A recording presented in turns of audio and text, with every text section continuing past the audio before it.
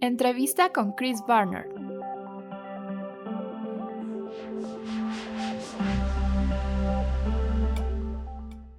Hola, los invito a ver esta entrevista que le hice a Chris Barnard. Él es Policy Director de la American Conservative Coalition. Véanla y disfrútenla tanto como yo. I'm Chris Barnard. I'm 22 and I'm half American, half Belgian. I now live in DC, but I'd moved to the UK 5 years ago from Belgium, and I finished my undergraduate degree in the UK and then also a master's at the London School of Economics. And I'd always considered myself to be classically liberal slash like conservative in the American sense. But there was this one issue where I always said that I was left wing actually, and that was the environment. And I told myself it's the one issue where conservatives and classical liberals get it wrong, and the only solutions come from the left wing and from the government and things like that. So it's always like classical liberal except on the environment. But then about a year ago, I found out about a relatively new organization in America called the American Conservation Coalition. And their whole idea was promoting more pro-market, limited government ideas for the environment. And I realized I immediately found my political home because it combined both my passion for the environment with my political views. So I was still living in the UK at the time, and because of the American Conservation Coalition, I was inspired to found a UK version, which was the British Conservation Alliance. And within a year, that grew to be the largest environmental campus network in the UK. And we were at 35 universities and kind of getting involved in politics and really changing the narrative on environmental issues in the UK. And then recently, ACC offered for me to join them full time from DC as the policy director. So that's what I'm doing now here in DC is kind of thinking of new innovative policies for how market-based solutions can help the environment and how limited government ideas can actually be very beneficial for protecting the environment, tackling climate change, things like that. ¿Por qué deberíamos resolver nuestros problemas ambientales con cooperación y mercados y no con control gubernamental? Yeah, that's an excellent question, and that kind of gets to the center of what the work we do. And I would say there's four main reasons why cooperation and markets are preferable to just simply government control. The first one is the principle of win-win scenarios. Almost everyone kind of instinctively cares about the environment, but often government top-down regulations create winners and losers, and they pit different groups against each other. For example, polluters versus conservationists. And this makes governments really susceptible to political lobbying, to special interests, and then they end up choosing one-size-fits-all solutions that come from the top and that might not necessarily be applicable to every case. And instead, our view of environmentalism based on markets and cooperation encourages people to find solutions from the bottom that are mutually beneficial to all parties involved. So, for example, there are great stories of conservation groups allowing fracking companies to drill on their land, but then use that revenue from allowing them to drill to put back into buying more land to conserve and protect. So thereby giving a massive net benefit to the environment.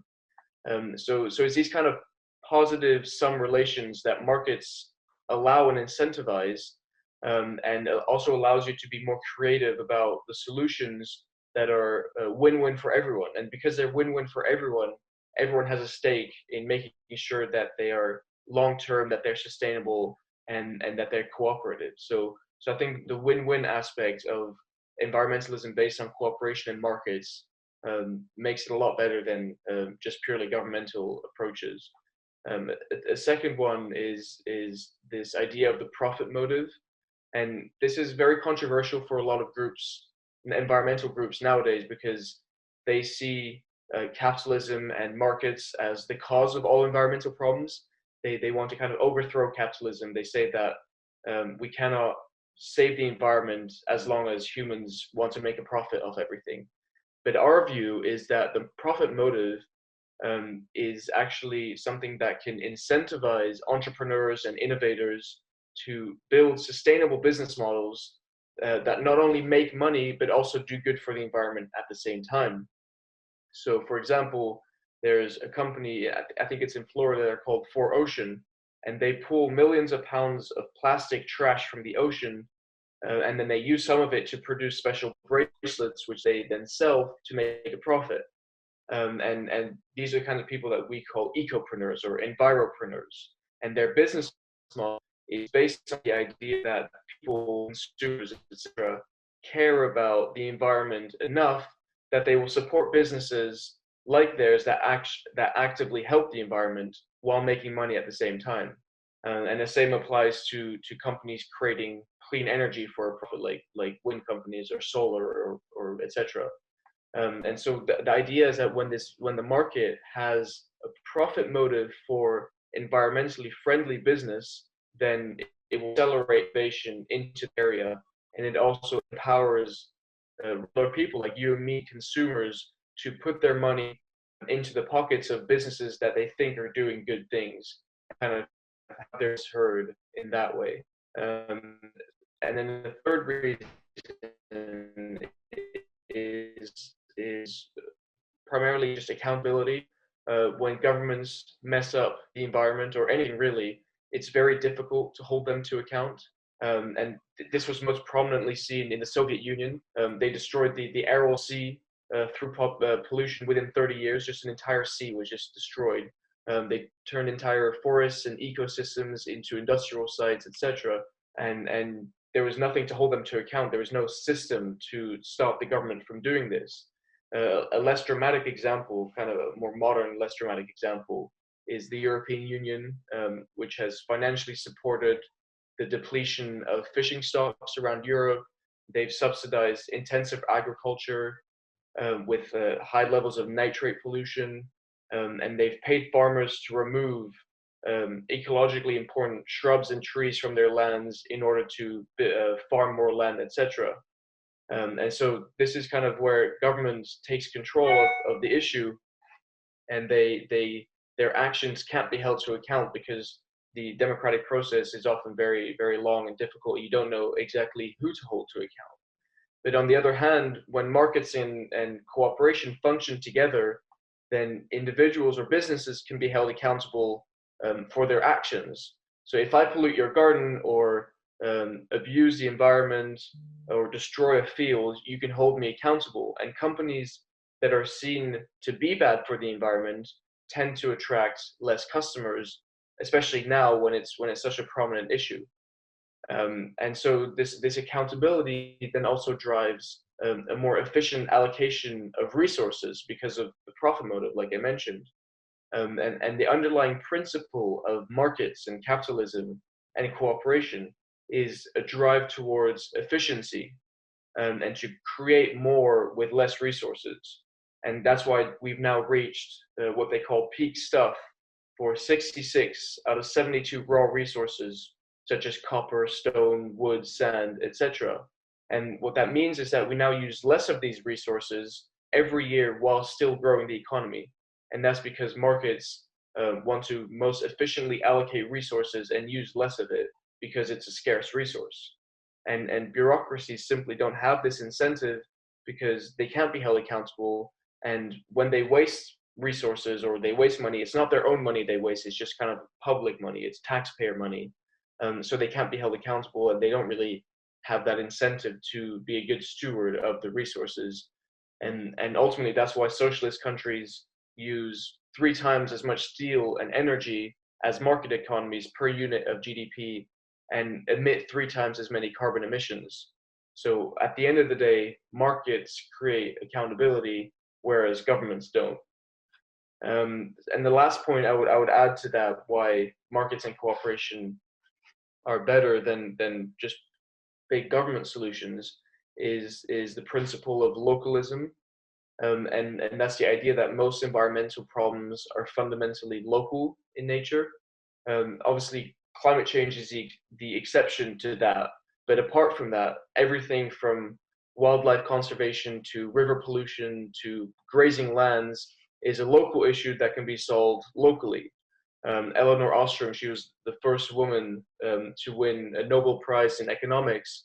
She showed how local communities are far more effective at tackling environmental problems than faraway governments. And that's primarily because of what Hayek called the principle of local knowledge, which means that local communities and individuals know better than anyone else the problems that they're facing, and what kind of solutions might be the most efficient. And moreover, because they live in decentralized communities, cooperation becomes incredibly important because where governments tend to create solutions that just pick winners and losers, communities have to live together harmoniously. And so they have to find ways that everyone is happy and that everyone can live together in a sustainable way. So that then ends up resulting in creative, innovative solutions to local environmental problems without the government having to get involved. So yeah, sorry, that was a bit of a long talk on my behalf, but I really think it's the idea of win-win scenarios, the profit motive, accountability, and localism that show that markets and cooperation are far more efficient at tackling environmental issues than the government. Tenemos un gran problema de contaminación y mientras los gobiernos deciden prohibir los plásticos, el 87% de los destinos finales de basura son tiraderos a cielo abierto. ¿Cuál es el riesgo de asignar recursos a atacar problemas fantasmas como las prohibiciones mientras ignora el problema de raíz? Yeah, I think this is a really good example of environmentalists, people thinking that they're doing something good for the environment, that they actually have an idealistic rather than a realistic view of the situation. For example, you mentioned plastic. There's a lot of problems with plastic waste, of course, but realistically, what is the alternative? For years, plastic has helped countries become prosperous. It's helped lift billions of people out of poverty. And it's also actually more environmentally friendly than what people used before because they tended to use many animal products sourced from wildlife for a lot of the things that they produced. And even more nowadays, research suggests that bioplastics aren't actually much better.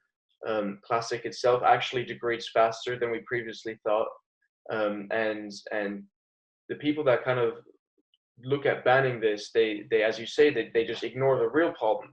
And in this case, the problem is that recycling is simply not considered profitable enough for companies to recycle instead of dumping plastic waste, or B, the technology just isn't there yet to adequately dispose of the waste, or the technology isn't allowed to emerge. But all you do by banning plastics or regulating too much is you make it more expensive for businesses and more expensive for individuals to pursue waste management innovation. Like you're saying, garbage management is actually the most important aspect here. And by diverting resources away from that, you're actually not solving the problem at all. And it reminds me of an article I read in the New York Times, which argues that plastic waste should be one of the top issues in places like Africa. And that they should get rid of plastic as soon as possible. But it's a very Western-centric view of the situation, coming kind of from a rich background, because still in half of people in sub-Saharan Africa do not have access to real sanitation. That's 1 billion people. And also 500,000 people die every year from diarrhea. And so if African countries or other developing countries were to divert resources to just reduce plastic usage or ban plastic, then that would mean less resources are available to tackle much larger problems such as sanitation. So at the end of the day, what we should be really focusing on is how we can encourage further prosperity and technological advancements that deal with these problems in a realistic rather than an idealistic setting. ¿Qué crees que hace falta en el discurso y las acciones llevadas a cabo por los principales grupos ambientalistas de la actualidad? Yeah, I think that the largest problem is that as we were talking about, is that so many people are really enthusiastic and passionate about the environment, and many environmental groups are passionate about solving these issues, that because of this, they tend to look to the government for quick, easy solutions, and they don't look as much as where innovation and markets and communities and cooperation can come up with these solutions. They just look directly to, oh, the government must do this and this and this, without taking into account the unintended consequences that government action can create. And I also think that a really big problem with the environmental debate is that many dominant environmental groups, especially in the UK and the United States, is they use issues such as climate change to also campaign on many other political and economic issues. For example, the Green New Deal in America also talks about social justice and federal jobs programs and healthcare and things like that. And in the UK, Extinction Rebellion talks about wanting to overthrow capitalism. And so what they do is they kind of use the environment as a political tool to also pass a bunch of other economic and social ideas that they hold to. And from my view, this approach just politicizes the debate.